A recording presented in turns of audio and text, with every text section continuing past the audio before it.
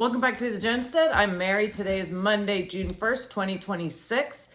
And WLWT5 out of Cincinnati recently reported, and the headline was "The State of Childcare in the U.S. Unaffordable for Parents, Unsustainable for Workers." And I've talked a lot about on this channel about the impacts of inflation on food and fuel and housing and insurance. And what I haven't talked about is how this is impacting childcare costs. And it is really hitting it hard. And the National Consumer Unit examines what's causing the rising cost of childcare. Across the country, parents say the cost exceeds mortgages, drains their savings, and in some cases forces them out of the workplace altogether. According to the Bureau of Labor and Statistics, childcare costs in the U.S. continue to climb, rising faster than the rate of inflation on general goods and services. So here's some stats that are incredible. Families are spending 8 to 16% of their income on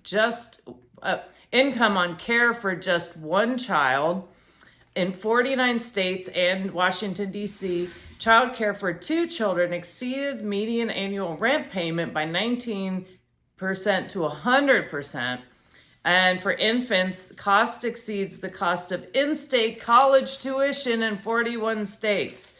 And even more, in parts of New England, child care costs are among the highest in the country. Parents spend about 20% of their median income. In Massachusetts, 28% of their median income goes to child care in New Hampshire, and that's how expensive it is. Fortune also reported on this back in March, why the costs are rising so much, and child care providers have seen their costs increase, which of course is then passed on. 68% saw liability insurance costs increase, and this is in 2025. So we know these increases are even more significant today in 2026. 66% saw property insurance hikes. 44% saw rent or lease costs rise. These are the caregivers and child care centers. They're also facing more wage pressure, the article said, as well as higher expenses for food, supplies, and facility maintenance, all while public funding is down. So, of course, then you see, if they're transporting kids to and from their facility, the cost of fuel has gone up significantly. 65% of childcare centers have increased their tuition. And I'm not talking about the ones in Minnesota. I'm not talking about the Leering centers. I'm talking about regular childcare. And a Lending Tree study in January found the average American family doesn't come close to having enough income to comfortably afford childcare.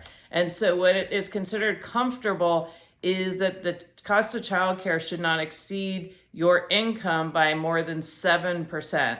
And so the average annual cost of care for an infant, say an infant and a 4-year-old, is $28,190 nationwide. So to meet that 7% benchmark, your income would need to be $402,000 for it to be considered affordable childcare.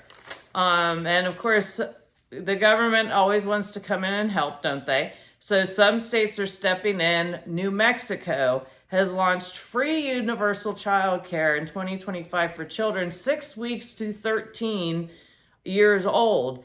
And there is no such thing as free. These are programs that are paid for by the taxpayers. So everyone else is helping to pay for the child care.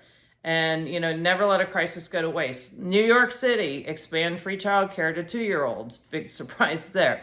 San Francisco has raised its income limits to $300,000 in order for people to be able to qualify for financial assistance, which is paid for by the taxpayers. Again, it is not free. And I think, if we're looking at this is based on the impacts and inflation we've seen to date to today. These costs are just going to go up and up. The government's going to want to come in and help because they want kids cradle to grave. And I think a lot of families are going to have to, I think sometimes people go to work and they don't take a step back. They think because they're working, they're helping provide for the family, and I understand that.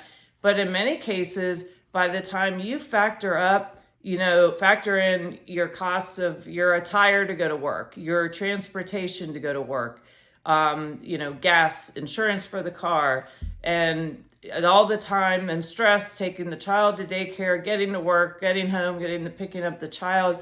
And then if you sit down and actually do the math, people are paying, they are working, they are paying to send their child to daycare. And they're not coming out, they're just coming out even, or it's costing them to work in many cases. And for just because they're spinning their wheels on the hamster wheel, so to speak, they think they're doing the right thing. However, if you sit down and put some math to paper, in some cases, and you have to make some changes. When we were young, I stayed home. We only had one car, and I stayed home to raise our son when he was little. And it was difficult, but it was also, I looked into doing some things. At one point I coached, and so I was able to share in childcare with another teacher / coach.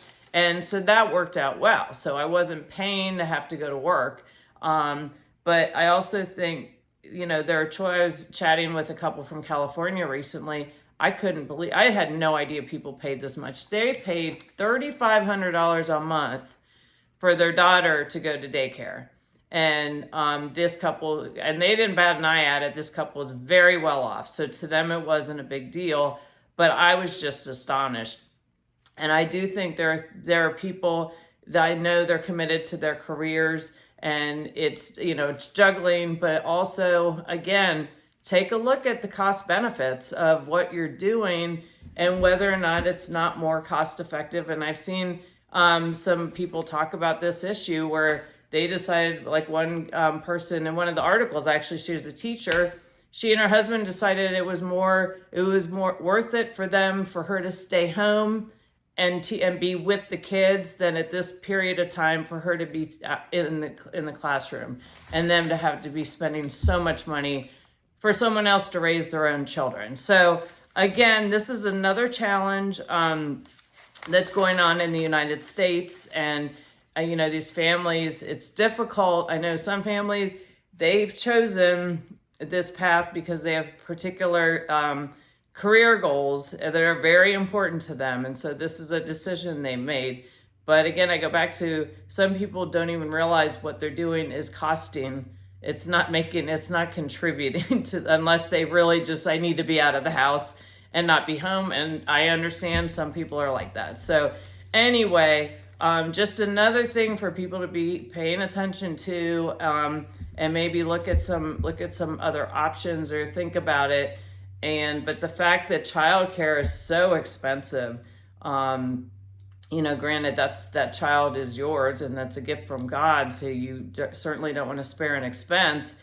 But I also think that nobody can raise your child better than the parent in most cases. So anyway, so that's just another aspect I wanted to talk about the impacts of the inflation that we've been seeing.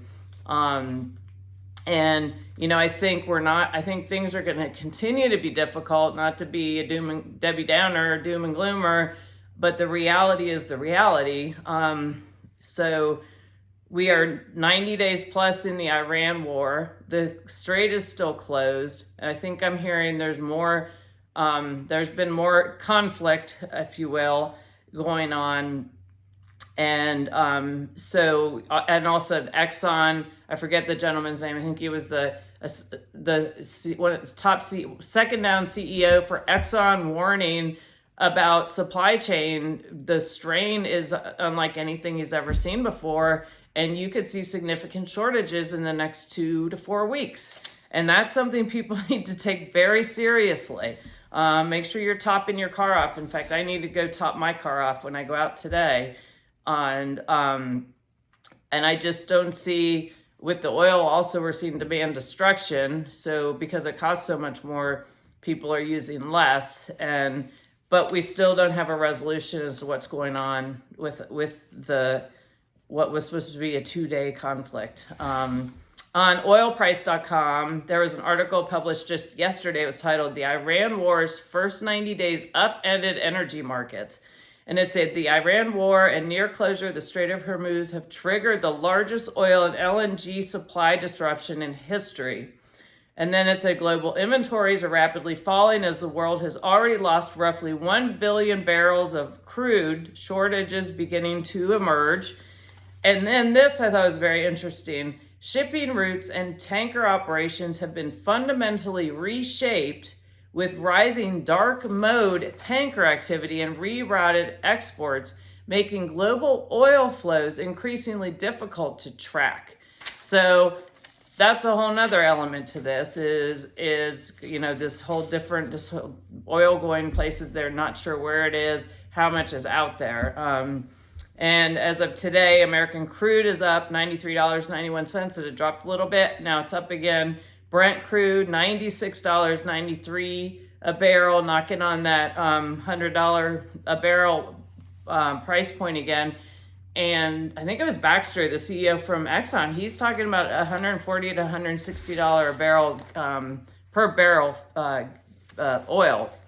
And so you're going to see our fuel prices continue to stay elevated, if not go up more, and which then, of course, impacts the cost of everything across the board, anything you can think of. And I think another thing where we're talking, our U.S. national debt is up $39 trillion and continues to go up. And so we're seeing our fiat currency, with inflation, our fiat currency is losing its value. Gold is actually down a little bit, down $65 today to $4,485. Silver down 18 cents, $75.70. And so it's been interesting kind of watching, because usually when you have an economy struggling, contracting, and the fiat currency devaluing, you'll see precious metals values go up. But pretty much every market seems to be manipulated at this period of time.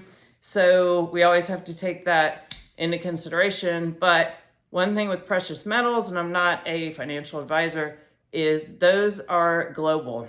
And so those aren't dependent just on, for example, the American fiat currency. So as far as valuation. So anyway, continue to prepare.